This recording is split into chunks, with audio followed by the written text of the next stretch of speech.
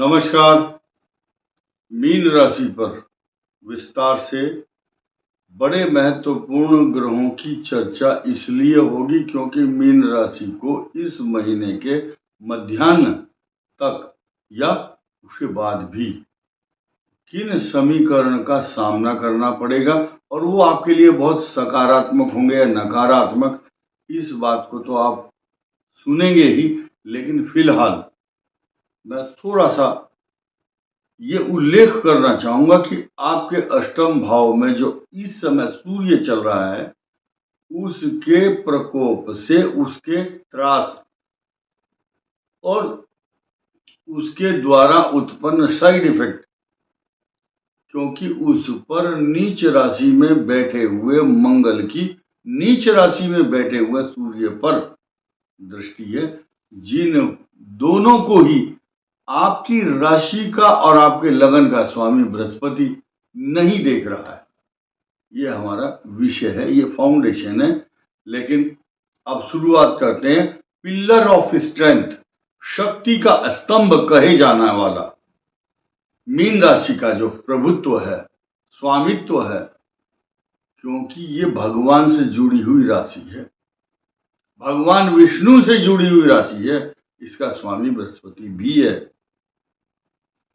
इस पर इस समय सूर्य अष्टम भाव में जो चल रहा है और मंगल की नीच राशि में बैठे हुए कि इस पर अष्टम भाव पर दृष्टि है। अष्टम भाव कष्ट कारक होता है।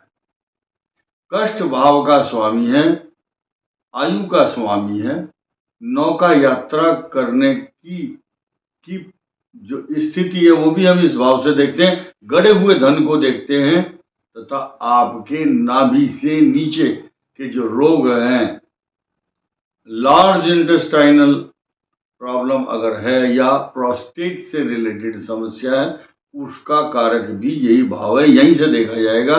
लेकिन आज की तारीख में जो वयोवृद्ध सीनियर सिटीजन है, महिलाएं हैं, चाहे बच्चे हों, हर मीन राशि का आदमी पीड़ित है। पीड़ा पहुंचाने वाले ग्रह चल रहे हैं। आप एक जगह टिक नहीं पा रहे और रॉन्ग इन्वेस्टमेंट की तरफ आप बढ़ रहे हैं। खर्चा तो अब होगा। जैसे कि एक कवि सम्मेलन वाला बोलता है कि तालियां तो अब बजेंगी, आपके हाथ उठने चाहिए तालियों पर। यानी कि आपकी को तो सावधानी अब रखनी चाहिए, क्योंकि आपके अगले 15 दिन के अंदर अंदर 2 बड़े विशेष बदलाव आपके लिए होंगे। लेकिन एक पॉजिटिव होगा और एक नेगेटिव होगा। कुछ लोगों का मानना ये होता है कि हम सब ग्रहों का लब्बो लुआब और सारांश आपके सामने प्रस्तुत कर दें, और जैसे चक्की के अंदर गेहूं चना सब पीस करके वो जो आटे की चक्की है वो निकाल देती है। ऐसा नहीं है। हर ग्रह का इंडिविजुअल प्रिडिक्शन, इंडिविजुअल इफेक्ट अलग अलग बताना होगा। उनका निष्कर्ष बाद में हम बताएंगे, एक एक का धीरे धीरे। शनि वक्री चल रहा है 29 जून 2024 से। अब वो 15 नवंबर को मार्गी हो जाएगा।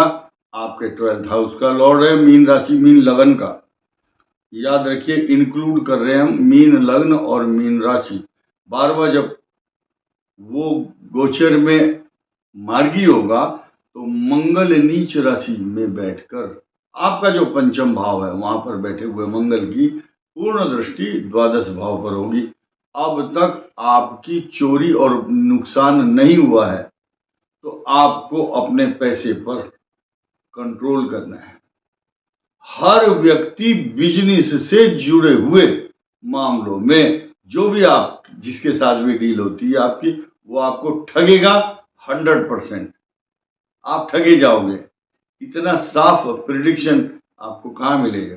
मैं बता रहा हूं, ये आप किसी जमीन, गाड़ी, चाहे आप वॉशिंग मशीन खरीदें, चाहे आप कोई इलेक्ट्रॉनिक आइटम, जमीन या गाड़ी, प्रॉपर्टी या कोई दुकान या कहीं इन्वेस्टमेंट की दृष्टि से आप या कोई सामान खरीद करके ला रहे हैं तो नुकसान 100% है। इतने कॉन्फिडेंस के साथ मैं आपको बता रहा हूं, तो you should be very careful when you are purchasing something. कुछ खरीदते समय अपने बजट पर ध्यान दें और कोई आपके साथ धोखा ना हो। पैरों में चोट लगने की संभावना, दाहिनी आंख में, जो नए लड़के हैं क्रिकेट खेलते हैं, आंख में चोट लगने का भय अथवा अग्नि और पटाखे का भय रहेगा, क्योंकि सूर्य नीच राशि में है। अग्नि भय देता है क्योंकि अष्टम भाव में आपके सूर्य नीच राशि में है, मंगल की वहां पर दृष्टि है, और द्वादश भाव भी खतरे की जद में, रेंज में आ रहा है। 12वें भाव में चोट, अग्नि भय, परेशानी, तनाव, चिंता तो रहेगा। अब हम यहाँ देखेंगे कि आपको तीसरे भाव में बैठे हुए बृहस्पति की क्या क्या बेनिफिट मिल सकते हैं। तीसरे भाव में बृहस्पति है, मान गया मैं, उसकी बृहस्पति की भाग्य स्थान पर भी दृष्टि है, ये भी सकारात्मक है। आपके भाग्य स्थान का स्वामी नीच राशि में है, गुरु की दृष्टि नहीं है वहां पर, लेकिन शनि की दृष्टि भी नहीं है, राहु और केतु की दृष्टि भी नहीं है। अब यहां हम आ जाते हैं इस बात पर कि आपका जो लगन और सप्तम में जो एक 23 अक्टूबर 2024 से राहु केतु का जो समीकरण बना हुआ है, जो आपकी मैरिज लाइफ को त्रस्त करता है।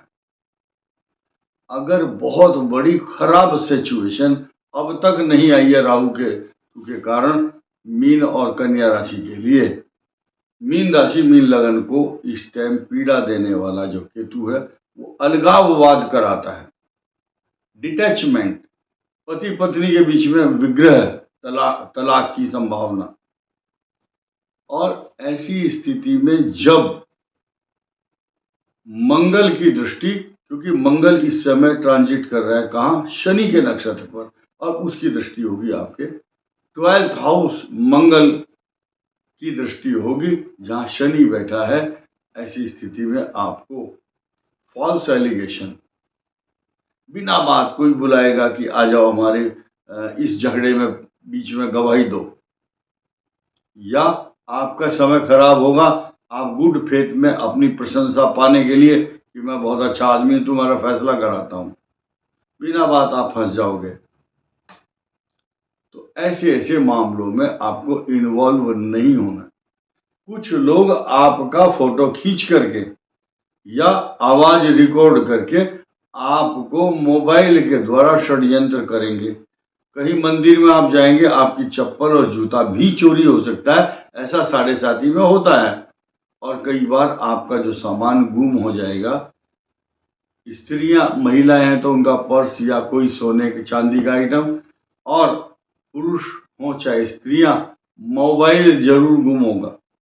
लिख लो, मोबाइल गुम होगा। अगर गुम नहीं हुआ तो जिसका महंगा मोबाइल होगा 10, 20, 50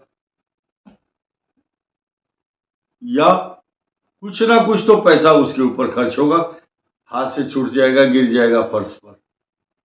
कुछ लोगों का गाड़ी चलते चलते मोबाइल गिरेगा, किसी का पानी में गिर गया, किसी का बाथरूम में।